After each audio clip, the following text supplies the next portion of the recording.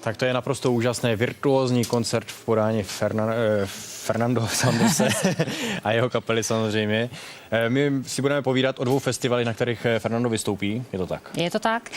Nakonec prázdniny jsou za dveřmi, takže festivalová sezóna je za dveřmi též a my si o 2 festivalech teď budeme povídat se 2 organizátory. Tak Karel Prokeš je organizátor festivalu Valašský špalíček. Dobré ráno. Dobrý den. A Tomáš Vrobel, organizátor festivalu Kotvice 2009. Dobré ráno i vám. Dobrý den.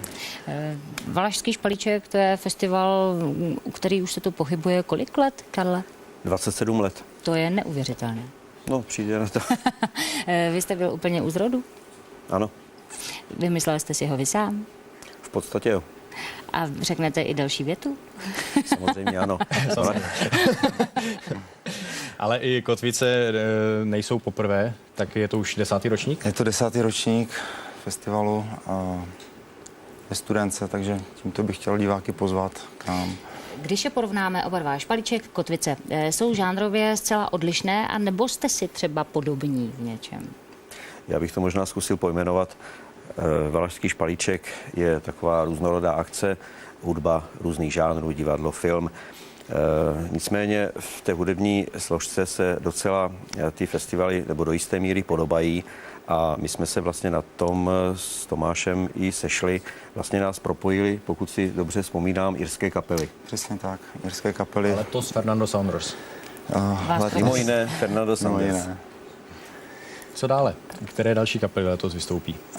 Letos na Kotvici jako takové vystoupí ten Fernando Sanders Band, Frank and Waters, irská kapela, výborná. Přijede s nimi i písničkář Gavin Moore a ze Švédska tady bude i Lars Wallin, takový australský, hraje na australskou didgeridu.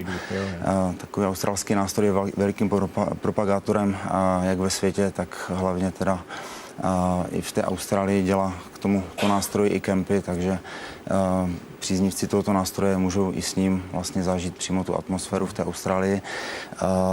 A budou tam u nás vystupovat ještě kapely i od nás, funkrocková kapela Windy a bluegrassová kapela BG Steel. Hlavním takovým vlastně tahákem festivalu potom bude kapela Olympic, která ten festival zaštítí. Letos ten festival, jak říkám, děláme po 10. Je benefičně lazený. Výtěžek ze vstupného bychom chtěli předat nejmladšímu z postižených dětí toho vlakového neštěstí, které bylo ve Studence, konkrétně 11leté Lucii ze Zábřehu na Moravě. Takže a část toho výtěžku bychom chtěli dát i na pietní místo, které se tam bude jakoby budovat. Takže takhle nějak ten 10. ročník proběhne u nás. Myšlenku má velmi ušlechtilou. Ano, s jakou myšlenkou vstupuje do svého ročníku Špalíček?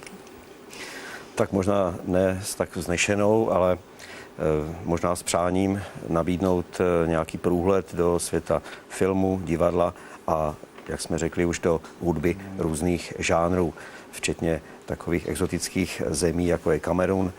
Africké hudebníky do Valašského Meziříčí zveme už několik let. Byli tam hudebníci, muzikanti, kapely z Mali, Senegalu, Burkina Faso, pobřeží Slonoviny, možná ještě z jiné země. Jak se vám tam vejde najednou? Do Valašského Meziříčí se musí vejít celý svět. Řekněte podle vašeho pohledu takový největší tahák letošního ročníku, kdo by to mohl být?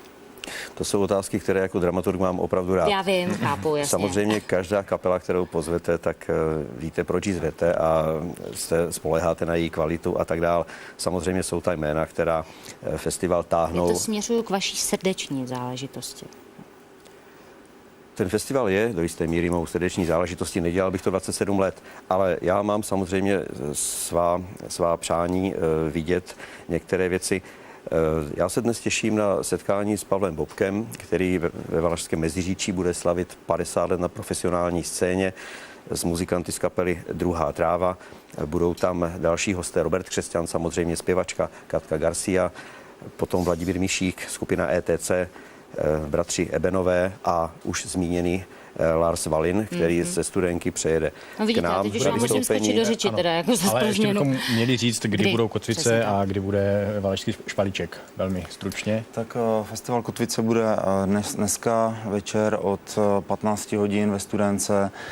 To všechno vypukne a můžete se těšit na porci muziky, řekněme, do té Čili druhé pátek hodiny. je zajištěn, Špalíček.